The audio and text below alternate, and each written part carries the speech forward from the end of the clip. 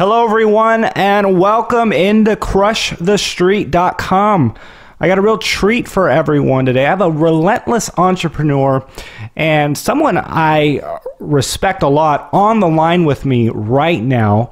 I invest in his companies, and here I'm endorsing him on my show today. It's Amir Adnani, founder and CEO of Uranium Energy Corp. and the chairman and co-founder of Gold Mining, both companies, core positions here at crushthestreet.com. So we're going to get a full update on the companies today and the news that's coming out in both the uranium sector and gold and precious metals. Amir, thanks for coming on the show with me.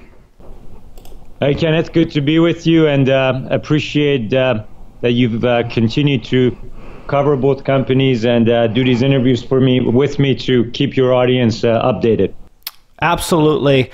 And, it's always a pleasure for you to be on the show. And look, let's get right into it. Amir, let's start with uranium. And, for people who are familiar with uranium and people who aren't, let's tell everyone how important uranium is to the world in the 21st century.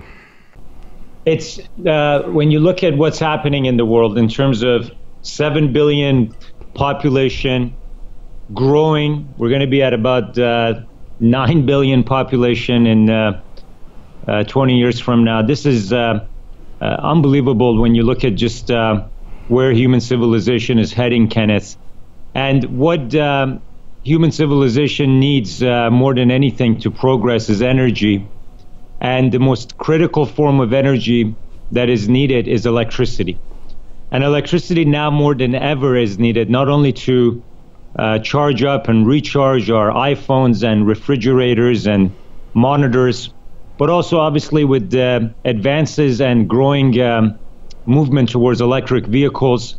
Electricity is the energy for this century that we're in. And nuclear power just has one application, Kenneth. This is very pure and simple. Uranium has one application, and that's to be used in nuclear power plants to generate electricity. And so in that context, we look at the different forms of electricity generation. And you look at coal-fired power plants, gas-fired power plants, you look at renewables. And at the end of the day, I'm a believer and an advocate for diversification and having an energy mix. So I'm not advocating that all forms of power generation should be nuclear power, but it should be diversified. And in a diversified energy portfolio, you must have nuclear power. And the reason why you must have nuclear power is because nuclear power is the only form of electricity generation that is base load power. That means it's 24/7 around the clock. That means that it has a high capacity factor, so over 95% capacity factor. By comparison, renewables are at around 30% capacity factor, so they work 30% of the time, renewables. Nuclear power works 95% of the time.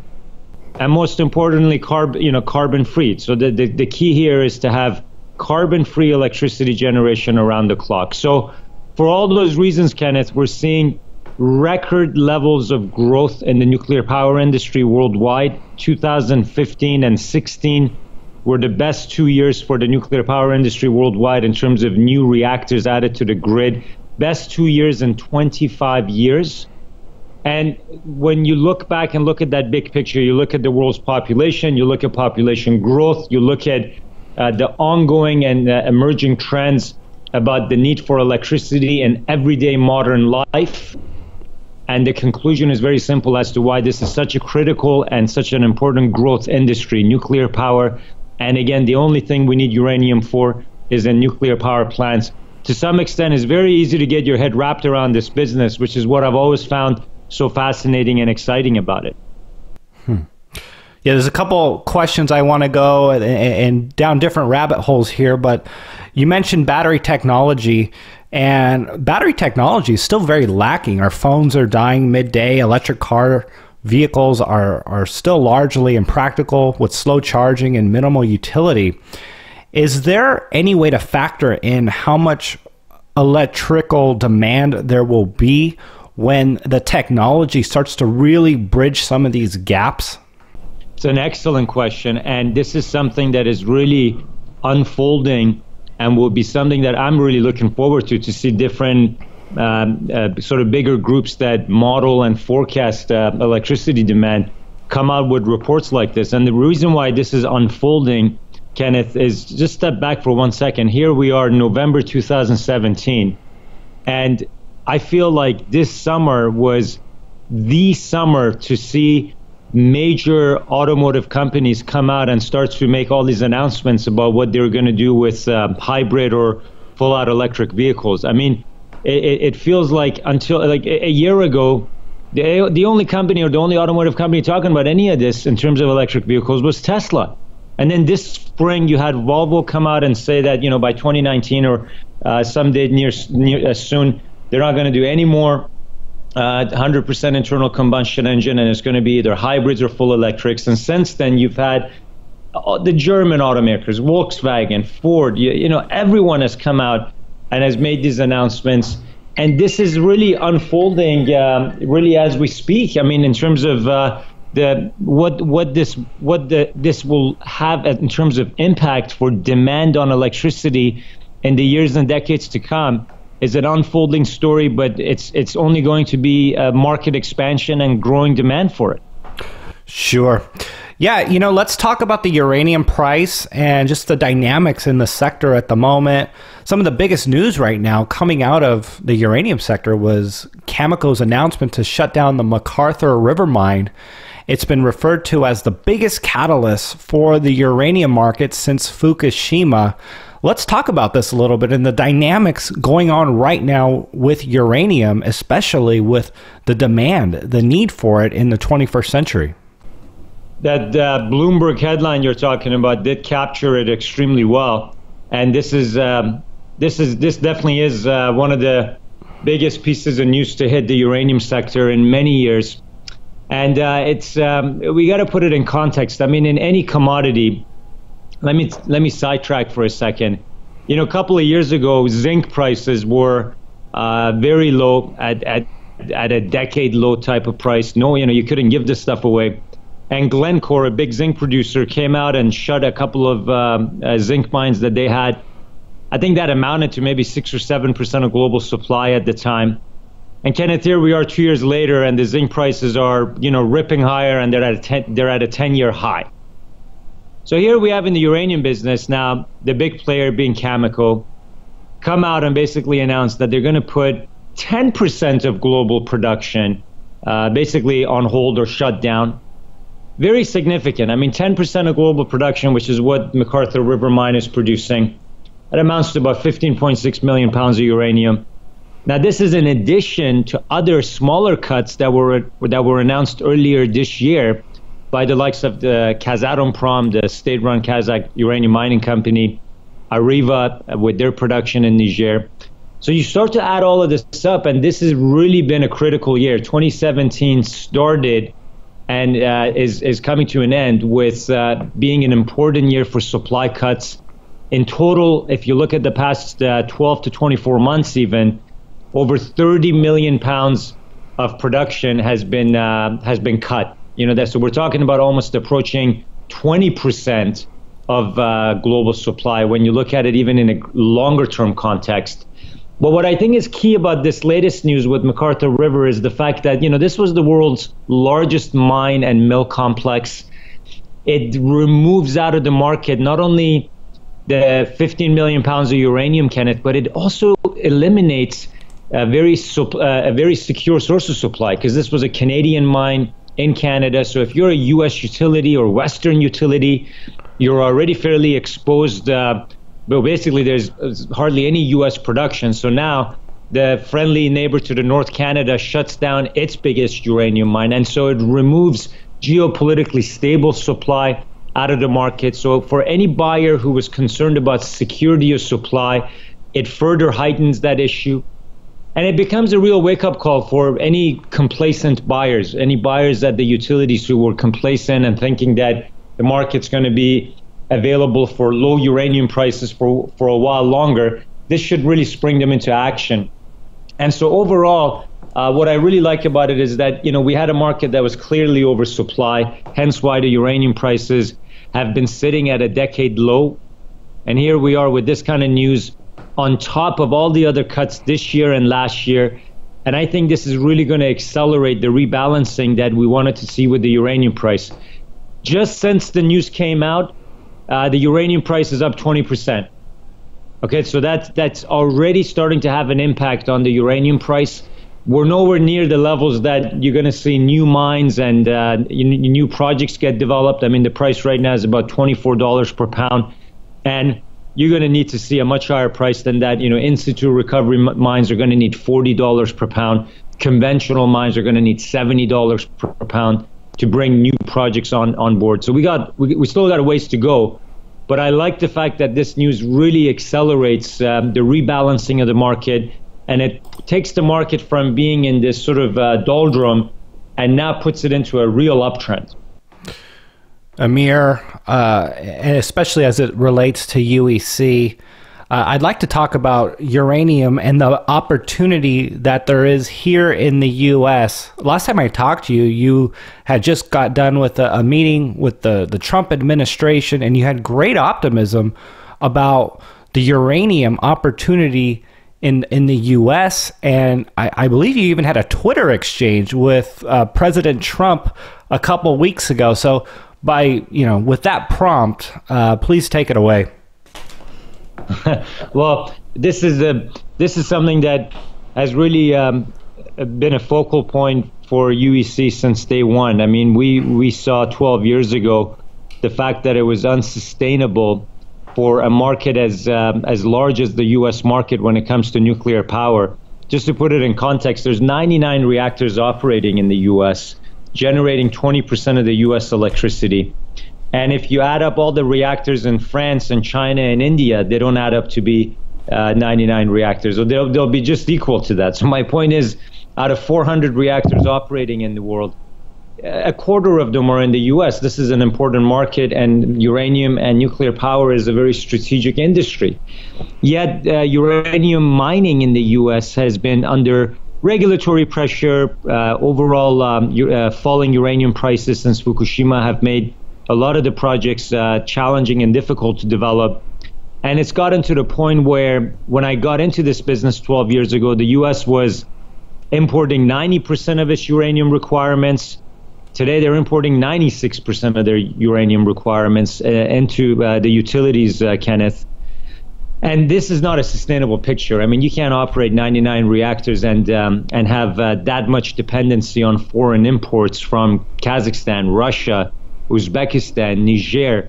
Of course, some imports were coming from Canada, but now one of Canada's largest and highest grade mines, McArthur River, is being shut down. So you get the picture. And I think now, when we start to look at it from both an energy security point of view, but also jobs. I mean, this was the reply that I tweeted to President Trump when I basically responded to a tweet that he had on uranium mining, and I commented on the number of jobs that used to exist in U.S. uranium mining. At its, couple of decades ago, there were over 30,000 jobs in U.S. uranium mining. Today, it's less than 500. And you look at what it can do in terms of economic development, reducing dependency on foreign imports, especially in geopolitically colorful areas. And you just look at, you look at countries like Uzbekistan, Niger, Russia, and kind of where they've been in the news recently. And this is where we're getting almost 60% of our uranium from, including Kazakhstan, into the U.S. This just doesn't make sense for this to be a sustainable picture. Now, I'm not the only person that thought this. Former U.S. Energy Secretary Spencer Abraham, who joined our board as chairman of our company a couple of years ago, had the exact same vision, because when he was energy secretary, him and George W. Bush and Dick Cheney at the time thought it was a national disaster that the U.S. was importing 60% of its oil requirements. 60% was deemed to be a national disaster. Uranium is 96%. And so you look at sort of the team that we've built and the people that we've attracted, it really validates the thesis and the opportunity that we see. And frankly, with the former administration in the U.S., this concept and idea just was not gaining traction. But The last 11 or 12 months have been a game changer for the mining industry in general in the U.S., but for uranium mining, and especially to get someone like Rick Perry as the Energy Secretary, who was the governor of Texas for 10 of the 12 years that we've been a active Texas company as Uranium Energy Corp. Rick Perry was the governor of that state. We know him very well. And so to be in a position now where you have the people in charge that understand the energy business, that understand the issues that we're talking about, the geopolitical issues, this is truly a game changer. And as you pointed out, I had a meeting with Rick Perry in July. On the same trip, I also met with Scott Pruitt, the new EPA administrator. And overall, I think we're looking at a situation here where I think the next 3 years and beyond that, there's going to be a significant opportunity to develop basically the leading U.S. uranium mining company. And that's what UEC has set out to do. We see a huge vacuum here that needs to be filled. And it's been about, for us, it's been about assembling all the right pieces for the equation, the projects, the people, and the timing. And timing is really on our side right now. Amir, let's hone in on UEC a bit here. And maybe start off with the U.S. uranium assets in general. I know you alluded to that a little bit, but then I think that will really highlight the material deposits, the sizable deposits that UEC has, and really the opportunity that there is with UEC in this U.S. uranium scenario. The focus for us has been one of combining technology that can produce uranium with a low-cost recovery method with advanced, fully permitted uranium projects. And for us, it's been a three-pronged strategy. During the recent sort of downturn in the uranium market, our approach has been about staying 100% unhedged, making acquisitions during the downturn, and using low-cost technology called in-situ recovery, or ISR, to develop uranium projects with a small footprint, so it's environmentally friendly, and the low-cost advantage, both in terms of upfront costs and operating costs. This takes you to Texas and Wyoming. I mean, the only two places or states you want to be active in for uranium mining when it comes to the low-cost in-situ recovery method are Texas and Wyoming. And we've been a Texas company since day one and have built our hub and spoke strategy in South Texas, where we have a fully built and licensed processing plant at Hobson. You've been there, you've seen it. It's a state-of-the-art facility, and it's taken years to get that facility to the point of being one of less than 5 fully licensed operating processing plants in the country for uranium. We've been focusing on developing feed for that plant, which are the individual spokes as part of our hub and spoke that we talk about. So these are projects like Palangana that we built in 2010 and operated from. So we have the proof of concept where we've shown that we can permit, build, operate a uranium mine using this ISR technology. We permitted our Goliad project. And again, to further demonstrate that our team has the full capability to go from grassroots exploration to discovery to permitting and development, Burke Hollow as a project that we acquired in 2012 as a concept. Our team made a discovery there, and it's been a very exciting project that we've developed and permitted. So we've got a great base of assets in South Texas. This year, we wanted to get bigger and get into Wyoming, and with the market downturn in uranium being so brutal, Kenneth, opportunities have been really perfect timing for us to get into Wyoming with some great acquisitions. So we had a really win-win transaction earlier this year with a large mining-focused private equity group called Pacific Road Capital Management, where they sold us their Reno Creek project in Wyoming in the Powder River Basin. This is a project that's fully permitted, has a license for 2 million pounds per year, and is situated in the Powder River Basin of Wyoming. This is this is the place for U.S. ISR mining in Wyoming, which is where Cameco is. This is where the Russian Clinton kind of uranium situation is unfolding. The project that the Russian zone that is in the news quite a bit these days is about 25 miles away from our Reno Creek project. And so we managed to get into a project, think about this, fully permitted, probably has over $100 million invested in it. And we buy it for $18 million. At Reno Creek, you have a project that historically, and even just in the last 6 or 7 years, has had over $100 million invested in it. And we're able to come in and acquire it for $18 million in stock this year. Again, because the sector has been so beaten up, so out of favor.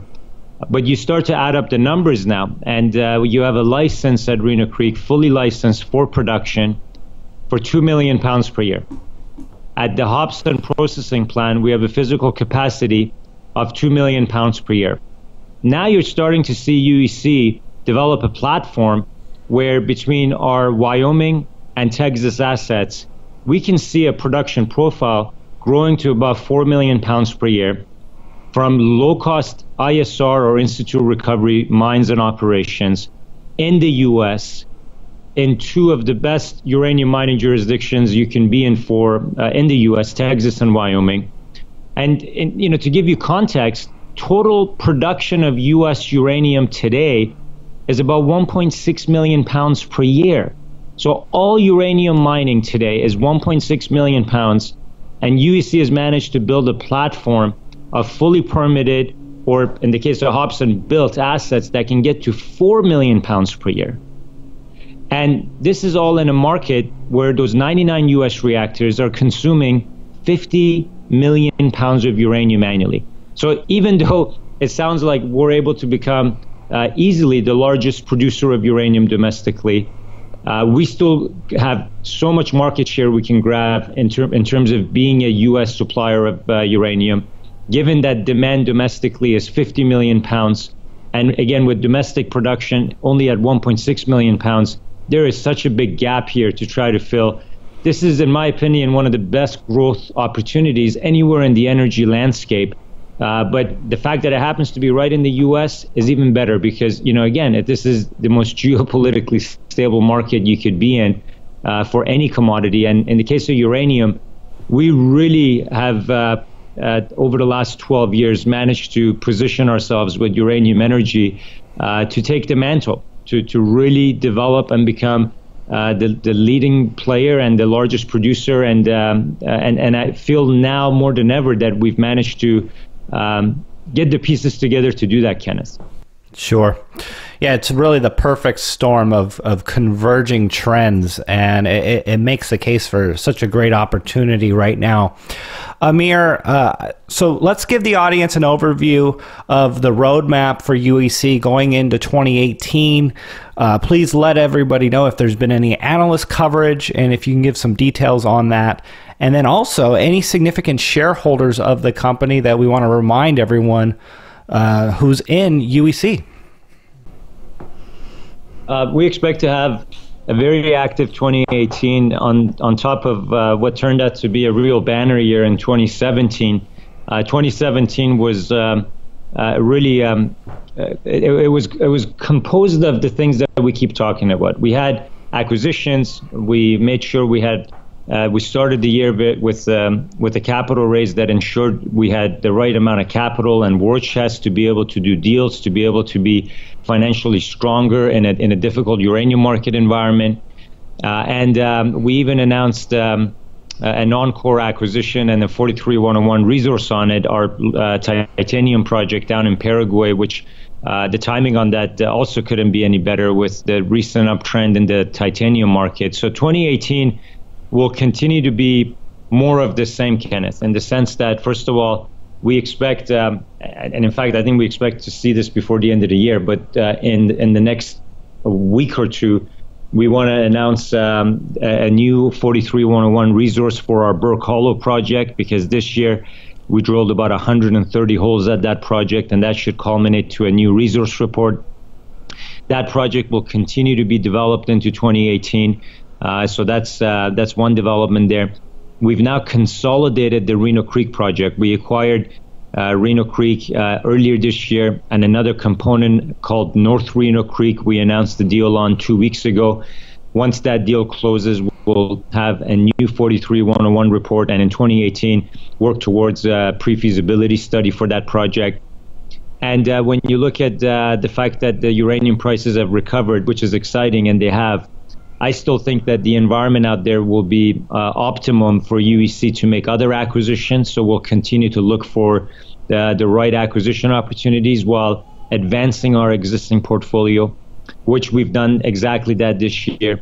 But find a way also to monetize our titanium asset, Alto Paraná, which is now the world's largest and highest grade titanium deposit production, at a time when the market is really expanding for titanium, and is really the right time to be developing a project like that, but monetizing it for the benefit of UEC shareholders, whether we joint venture it or do a full-out sale.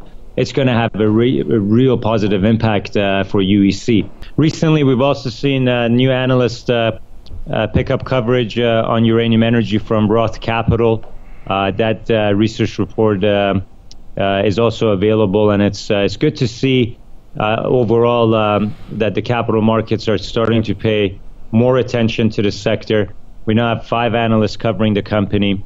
Historically, you've always seen very strong institutional support for UEC. Names like Li Ka-shing out of Hong Kong, Sprott Asset Management, BlackRock, JP Morgan are notable and sizable institutional shareholders. I think as of their latest filings, there was a big position added to BlackRock's holdings in UEC.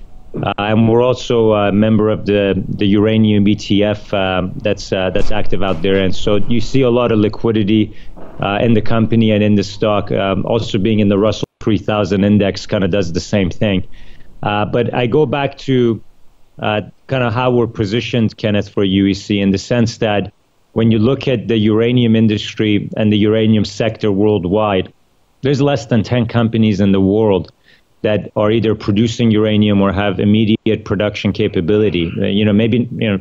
Maybe even 6 or 7 when I'm thinking about it now. So the point is, there's scarcity factor when it comes to uranium players and producers. And most of these companies have contracts in place with a fixed price. The idea of being 100% unhedged producer is very novel. And it's what really gives UEC shareholders the full and maximum upside in a rising uranium market environment. Like I said, as a comparison to zinc, it was a year and a half ago, zinc was really struggling. The supply cuts came in, and here we are a year and a half later, and the prices are at a decade high. This is how commodities work. You end up with too much of a commodity, prices fall too much, the producers come in and cut supplies sufficiently enough for the price to recover, and you get back into your next upcycle. That's what's happened in uranium here. We now have, with these latest cuts from Cameco's McArthur River and previous cuts, almost 20% of global mine supply coming offline. That's going to accelerate a market rebalancing to go from being oversupplied to a supply deficit. That's going to drive the uranium prices higher. And in that context, I think the name of the game is going to be about being in geopolitically stable jurisdictions. And it doesn't get any better than US. It doesn't get any better than places like Texas and Wyoming. And that's exactly where we are with UEC, with fully permitted projects for production, having infrastructure advantage with our Hobson processing plant, being 100% unhedged, and being focused on the low-cost in-situ recovery technology, where it's production ready as it gets as well. And you look at mining companies typically needing hundreds of millions of dollars of investment before they can produce, or in some cases, some recent studies I've seen require $1 billion of investment before they can be built. That's not our business. That's not what we're going to need. Again, our projects are either built and ready to go like Hobson and Palangana, or could be developed for a lot less capital. Palangana, just to give you an idea, was built for $10 million. That was based on our realized CapEx or capital expenditure or investment that was made into the project. And that's a key advantage and part of what we're talking about. And then to have that extra value driver with titanium is something that gives us an extra kind of leg in the story that I think will be very exciting. So overall, UEC's positioning is is unparalleled, and for the reasons we just covered. And I think that's also what's driving the interest from the large blue chip institutional investors, the analysts, and you really see excellent timing here develop for us as well. Well, it's exciting to be able to cover this in such a time as this, and you're an inspiration, and it's a really exciting time to be checking out uranium and just the opportunity that there is with Uranium Energy Corp. So, Amir, it doesn't stop there. Let's switch over to gold. Big news. Ray Dalio spoke with his pocketbook earlier this week and put money, with news coming out earlier this week, and put money where his mouth is, increasing their holdings with his fund in gold by 575%. And prior to 2017, I don't believe he even held any gold in his fund. So let's get your thoughts on precious metals and this latest news. Yeah, it's incredible. When I think about the Bitcoin price, where it is right now at 7,500 or wherever it is this morning, and gold at just below 1,300, I just can't help to think that the price for those two things should be in reverse. I mean, it's gold that should be at 7,500 and Bitcoin at 13. But that's this is just absurd in my opinion. I mean, when you think about the value and the long-term value that gold has represented when it comes to investment as a hedge, as insurance, as a store of wealth, and as a way of preserving wealth and growing wealth, it really is unbelievable that we are seeing record levels of debt globally, record levels of debt to GDP in the U.S. A lot of troubling issues, and the market's willingness to just ignore a lot of the warning signs, and I think what we've seen here with Ray Dalio is exactly that the biggest investor on the street sees it the other way and is increasing his gold exposure, and I think that's a very telling sign. But overall, I have a very kind of bipolar view on all of this. I love to see gold prices much higher, and we will. But in the meanwhile, while it stays below 1,300, as you know, we've had one of the busiest years in the history of gold mining, making 3 acquisitions. And so you can see I'm taking full advantage of this. I mean, for people like Ray Dalio, he's buying physical gold. And for me, you can see for our company, we're buying as much as we can in terms of gold resources in the ground.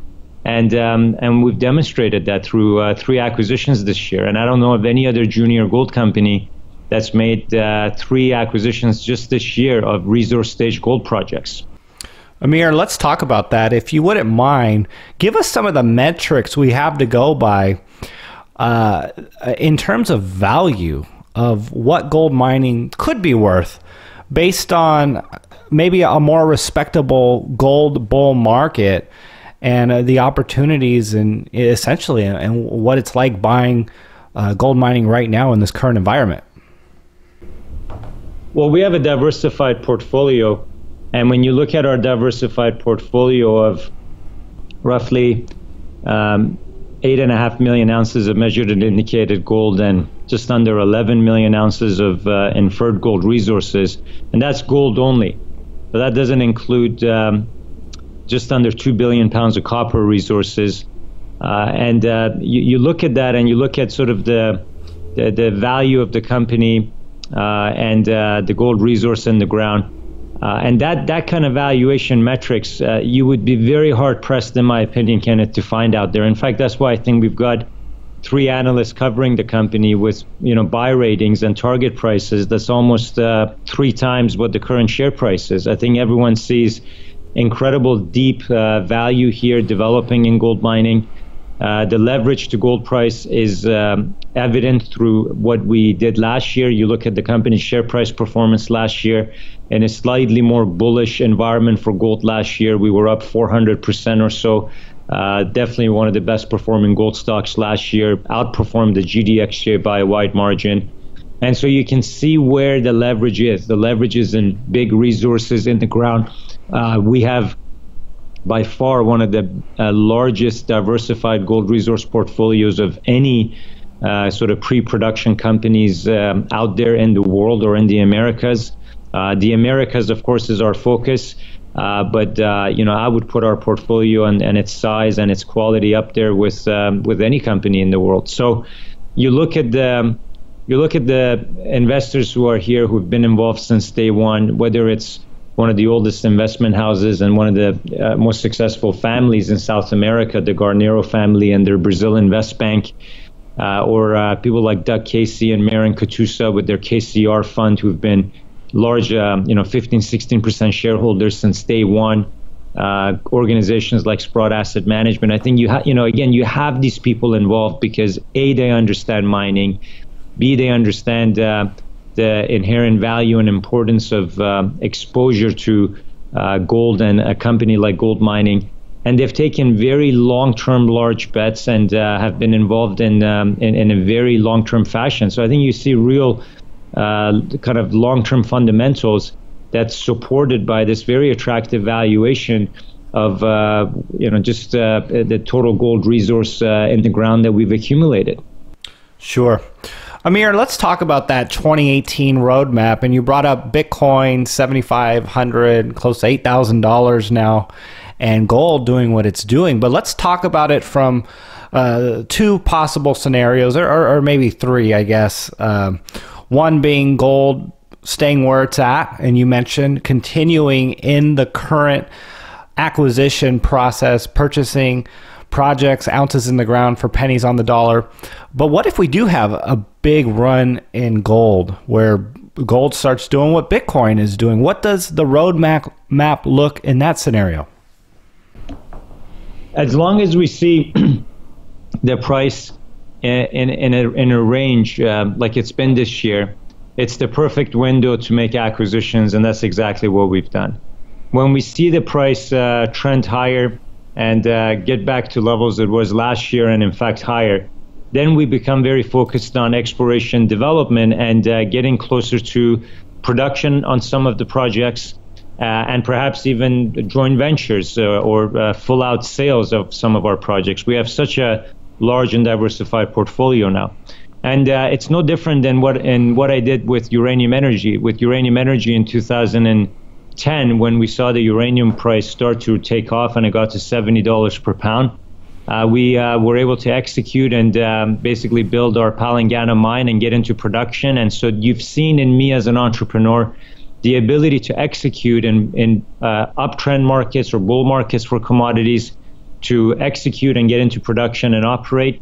And when the market goes down, to be very aggressive in deal making and making acquisitions. And the track record is there with both companies, gold mining and uranium energy, on both sides of the market. With gold mining, I'm very excited about what we have in Brazil, our San Jorge and Cachoeira project. We've had for about 6 and 4 years respectively. So we've developed a very good understanding of these projects, which we believe will be open pit deposits for future development. The grade and the profile looks quite optimum for that, so more work would be done there. The project that we've acquired in Colombia, the La Mina and Titiribi project, we've got some very stellar drill results there at the La Gurucha target, intercepts of 200 to 300 meters of anywhere from 1 to 1.5 gram per ton gold equivalent. So that would be a great area and project to follow up on with drilling. So I see a very dynamic company in a higher gold and copper price environment with multiple projects that could be drill-ready targets or near-term production for development focus, and perhaps even sales and divestitures or joint ventures. So it's exciting to be in the driver's seat. That's the key thing. You don't want to be out shopping when everything is fully priced. You want to be out shopping when things are for sale. It's basically like buying your Christmas decoration in January.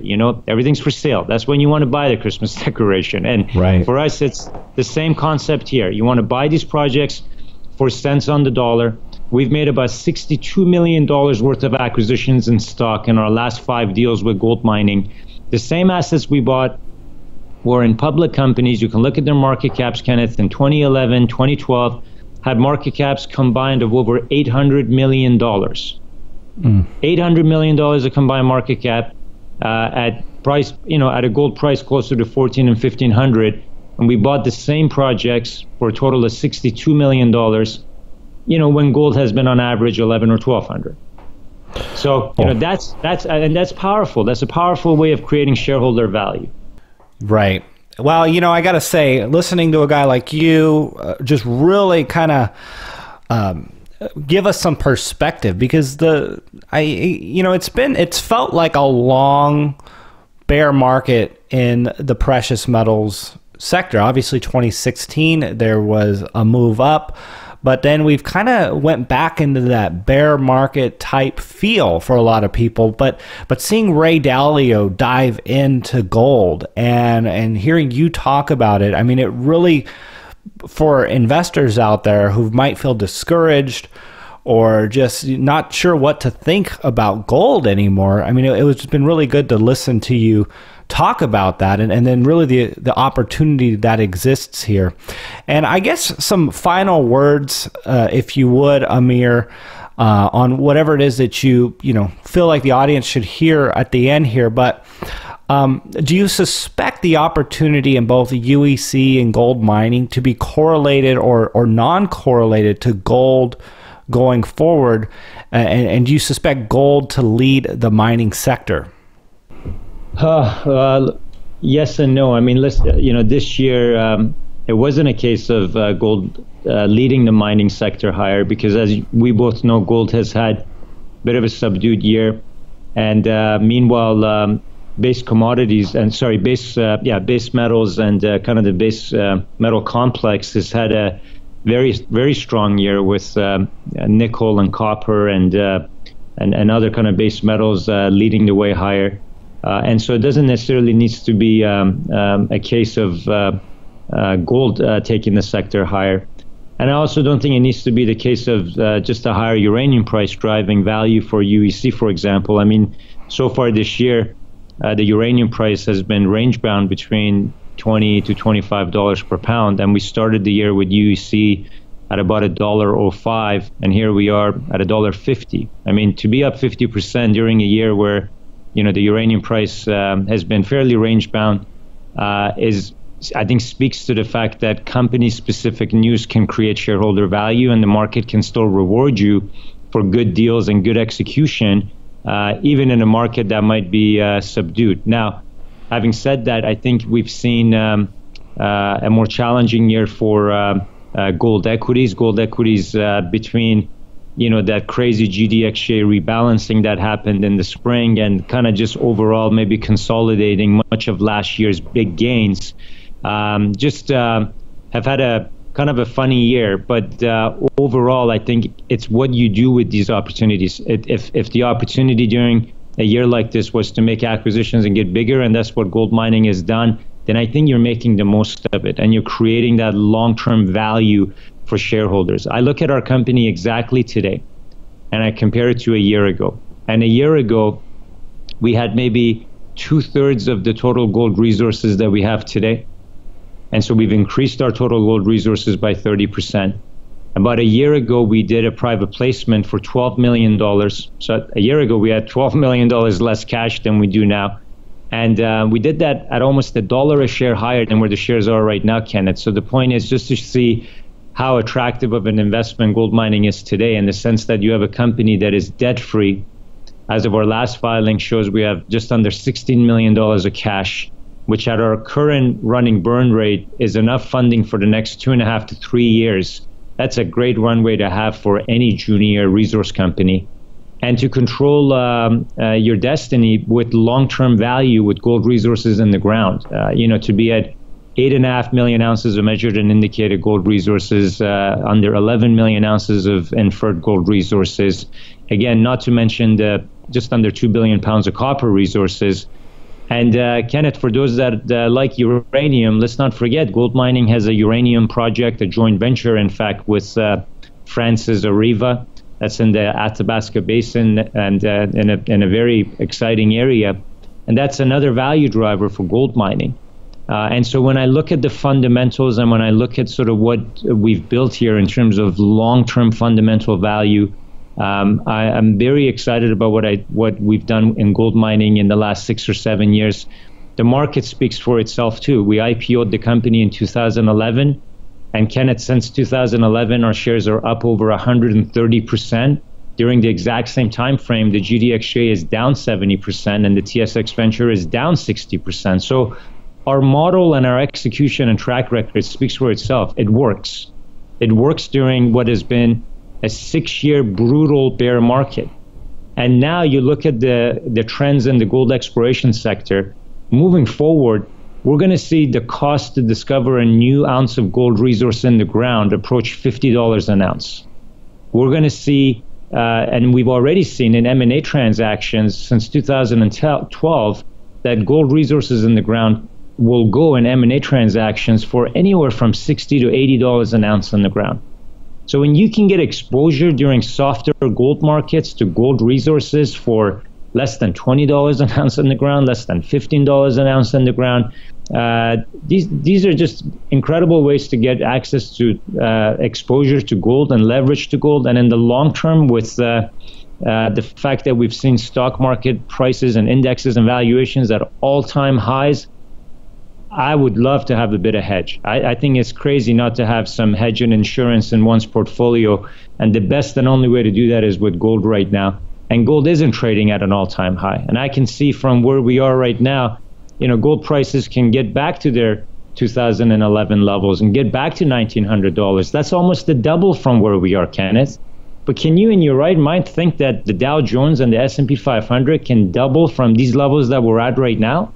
I don't think so. I don't think that can happen within the next year or two. So it's you put it all in perspective, and I think it's an important time. It's certainly important to be looking at this and to be thinking about gold and being very much involved with the gold sector. Amir, you paint a compelling picture of, again, the converging trends. So, again, thanks for coming on crushthestreet.com. I appreciate your time. I appreciate you taking the time to update us on both gold mining, your Uranium Energy Corp. If you want to just share any final details on where people can learn more about either one of the companies, please do so. To recap, for gold mining, very straightforward, actually, for both of them. So goldmining.com, and that's www.goldmining.com. Our ticker symbol in Canada is GOLD, that's GOLD. And in the US, it's GLDLF. And UEC trades on the NYSE. Ticker symbol is UEC for Uranium Energy Corp. And our website is uraniumenergy.com. That's www.uraniumenergy.com. And I always look forward to these updates, Kenneth, and I'm sure we'll do one again soon. We sure will. Thank you so much, Amir. You take care. My pleasure.